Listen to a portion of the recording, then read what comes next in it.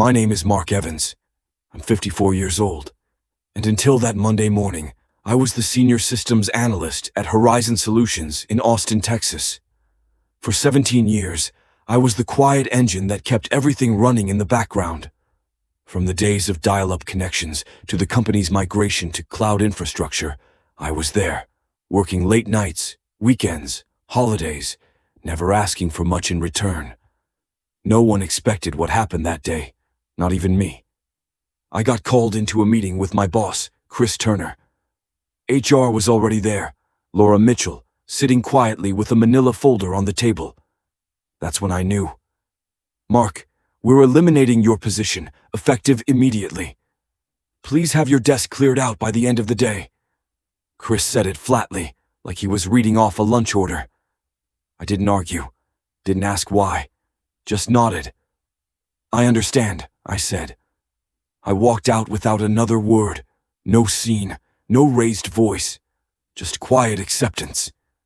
Back at my desk, a few younger employees snuck glances at me before turning quickly back to their screens. Most of them were developers I had trained myself, smart kids. But none of them really understood the deeper layers of our systems, especially not the custom tools I'd built or the legacy code I'd quietly kept alive over the years. I began packing my things, methodically, the photo of my family. A coffee mug my daughter made me in high school. A cactus that somehow survived fluorescent lights for nearly 2 decades. Bethany from marketing stopped by. Her voice was tight. Mark, I just heard. This is ridiculous. You practically built this place. I shrugged. Companies change direction. But without a single warning, after everything you've done. I didn't answer. Because what could I say? She wasn't wrong, but I wasn't going to let them see me fall apart. As I walked out for the last time, I saw Chris watching from his office door. No goodbye, no handshake, just surveillance, making sure I really left. What they didn't realize was this. Over 17 years, I'd become the single most vital person in that entire building. Not because I was flashy or political, but because I was meticulous. I documented everything. I designed secure audit systems. I followed protocol when no one else did, and I kept off-site backups, authorized years ago during a compliance review, then long forgotten. I sat in my car, looking back at the 12-story building I had poured so much of my life into. My security badge, just surrendered, had been renewed 16 times. I started the engine and drove home. They thought I was gone. But they had no idea what I knew, or what was coming next. The next morning, I didn't set an alarm. No commute. Just quiet. The kind that fills a house when you've been cut off from something that once defined your routine. Andrea, my wife of 19 years, placed a cup of coffee beside me without saying a word. She knew I needed space.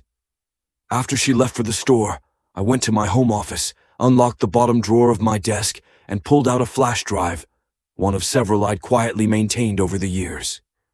Years ago, during a security audit prompted by an internal scandal, I'd been tasked with setting up off-site backup protocols. Legal signed off on it. Everyone promptly forgot, except me.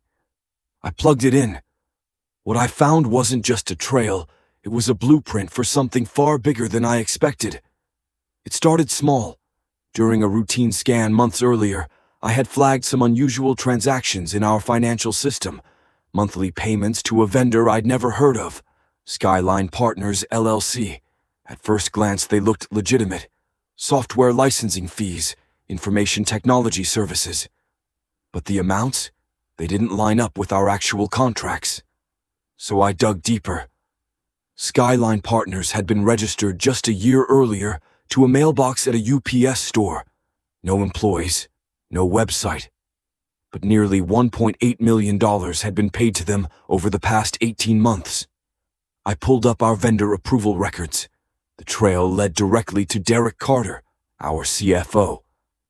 A few hours of cross-referencing showed a pattern. The payments always coincided with legitimate expenses, but they were inflated, sometimes 15%, sometimes 20%. Small enough to avoid raising alarms, large enough to stack up. Then I found it. Skyline's registered owner, Nathan Brewer. A quick search confirmed what I already suspected. Nathan was Derek Carter's brother-in-law. They were siphoning company money, slowly, quietly, through padded invoices. But it didn't stop there. The more I reviewed archived emails and access logs, the more names emerged. Chris Turner, my former boss, had quietly approved multiple exceptions to normal procurement policies. His name appeared on systems granting expanded access to financial authorizations exactly 18 months ago. Then there was Aaron Bennett, the external consultant Chris brought in 6 months before my dismissal. Big talker, Stanford MBA, always in private meetings, supposedly modernizing our systems. But his hiring bypassed every normal channel. No background check, no bidding process, just a rubber-stamped contract and immediate access. I realized what was happening. This wasn't about modernization or digital transformation. This was about removing the one person who could see the patterns. Me. They'd slowly cut off my system access, took me off email threads, reassigned my responsibilities. And when they felt safe, when they believed I was out of the way, they pushed me out the door. But they underestimated me. For 17 years, I'd solved every crisis that threatened Horizon Solutions. I built the firewalls, the recovery systems, the security protocols that protected the entire infrastructure. And now, I was using those same tools to expose the rot growing at the company's core. I started compiling everything: payment records, email threads, vendor registrations, access logs. I built spreadsheets that traced every cent, timelines that linked every player. I organized it the way I always did: clean, thorough, undeniable. But I knew sending it to HR or management wouldn't work. They were already compromised. I needed someone who still had integrity, someone who understood what they were seeing. And I knew exactly who that was. Olivia Hartwell. She was a long-serving board member. Years ago, she and I had worked closely during a cybersecurity overhaul. She was sharp, thorough, and didn't play games. If anyone would take this seriously, it was her. I drafted an email, attached a summary of what I'd uncovered, but I didn't include everything yet. Just enough to get her attention. The next board meeting was Wednesday, 2 days away, and I planned to blow the doors off their little operation, right when they least expected it. Wednesday morning arrived with clear skies over Austin, but inside Horizon Solutions, a storm was about to break. I sat in my car across the street from headquarters. My laptop was open in the passenger seat, connected to an old secure email account I had set up years ago for internal testing. It looked like it came from inside the company, but wasn't listed anywhere in the corporate directory. At exactly 9:15 a.m., I made my first move. I sent an email to Chris Turner. Subject line: Financial irregularities. Urgent review needed. Inside was a concise summary of the Skyline scheme. Just enough detail to confirm I knew what I was talking about. But I left out the family connection. If he was in on it, he'd panic. If not, he'd investigate. Either way, I'd learned something. By 9:45, my phone rang. It was Chris. I let it go to voicemail. "Mark, we need to talk about your email immediately. Please call me back." I didn't. Instead, I drove to a quiet cafe and set up shop. At 10:30, an email arrived, this time from Laura in HR. "Mr. Evans, we've received troubling communications from you, which may violate your separation agreement. Please refrain from contacting Horizon employees or face legal consequences." Nice try. I hadn't signed any agreement. By noon, I visited my bank and retrieved an older flash drive from my safe deposit box, one that held the original access records from when this all began. It proved Derek Carter, the CFO, had personally expanded his system permissions right before the Skyline payments started. Back home, my inbox was lighting up. 3 missed calls: Chris, Laura, And now Aaron Bennett. Interesting. Then a message from Steven popped up. Hey Mark, they're saying you sent some email about fraud. Aaron called an emergency meeting. Everyone's panicking. They're locking down system access, even old records. What's going on? I replied simply, don't get involved. Just watch. At 3 p.m., my home phone rang, a number I hadn't used professionally in years. Mark, it's Derek Carter. His voice was calm. Too calm. We should talk. I think there's been a misunderstanding. A misunderstanding? That what you call it? I said. If you have concerns, there are proper channels, like the board. I interrupted him. They'll hear about Skyline Partners, and your brother-in-law. There was a pause. Then, you're making a serious mistake. We can offer severance, glowing references, whatever you need. Goodbye, Derek. 10 minutes later, Laura sent another email. My severance had suddenly doubled. A confidentiality agreement was attached. They were scrambling now. But they still didn't get it. This wasn't about money. It was about principle. Thursday morning, I completed the final piece of the puzzle. I dug deeper into old financial records and found another fraudulent vendor from years earlier. Same playbook. This one, Lakeside Business Solutions, was linked to Patricia Carter, Derek's wife. But the real kicker? Emails tying Chris Turner directly to the entire scheme. He'd approved backdoor access, slashed oversight budgets for other departments, and handpicked Aaron to push me out.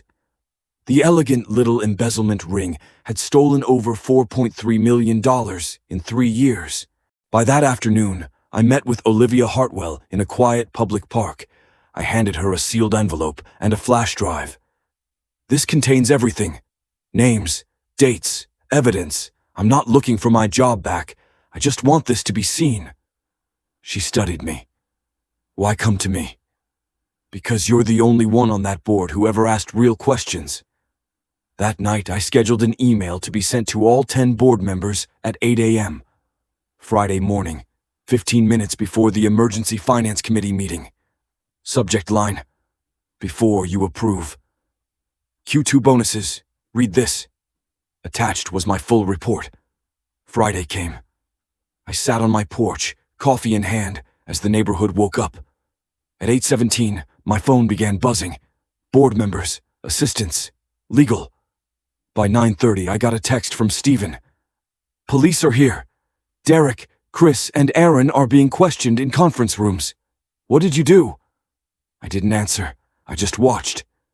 At 10 o'clock, I took a call from the company's legal counsel.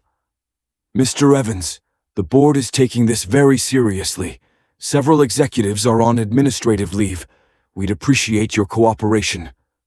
You already have it, I said. Everything's in the report, and copies are secured with outside parties. If anything happens to me or my family, they go to the press, the SEC, and the IRS silence. That afternoon, I received calls from 2 competitors, offering me senior roles with 6-figure signing bonuses. I thanked them, but declined. This wasn't about moving on, not yet. At 2 p.m., Olivia called. It's a bloodbath, she said. Derek confessed, trying to pin it on Chris. Chris is denying everything. Aaron tried to flee the country. He's already on a watch list. The board is furious. Then came the unexpected. We want you back, Mark, but not in your old role. We're creating a new position, Chief Information Security Officer. Full authority, reporting directly to the board. I paused. I'll think about it. That evening, I told Andrea everything. She listened, then asked, What do you want to do? I wasn't sure. The revenge part was over. The corruption had been rooted out. But going back, that was a different kind of decision. By Monday, I'd made my choice. I walked into Horizon's headquarters, wearing a suit I hadn't needed in years. The security guard did a double-take, then printed me a badge. Welcome back, Mr. Evans, he said. The elevator ride to the top floor was quiet. When I stepped into the boardroom, Olivia smiled. Thank you for coming. We've reviewed your terms, she said. Full audit authority. Independent budget oversight. You've got it. I nodded. Good. Now let's rebuild this place the right way. 6 months later, I sat in my new corner office overlooking the Austin skyline. Derek had pled guilty. Chris was still fighting charges. Aaron was being extradited. Most of the money had been recovered. My old team now reported to me. Stephen was running day-to-day ops. He just needed someone to believe in him. A knock on the door. Andrea smiled. Lunch? As we walked through the department, people nodded, not from fear, but respect. They knew I could have destroyed the company. Instead, I saved it. Outside, the October sun warmed our faces. Are you happy? Andrea asked. I thought for a moment. Not happiness, not exactly. Satisfaction, completion. I'm good, I said. My phone buzzed. A message from Olivia. Security budget increase approved. Unanimous vote. I smiled and slid the phone into my pocket. Some bridges collapse under their own weight. Others, once rebuilt, become stronger than ever. I'd built this one right.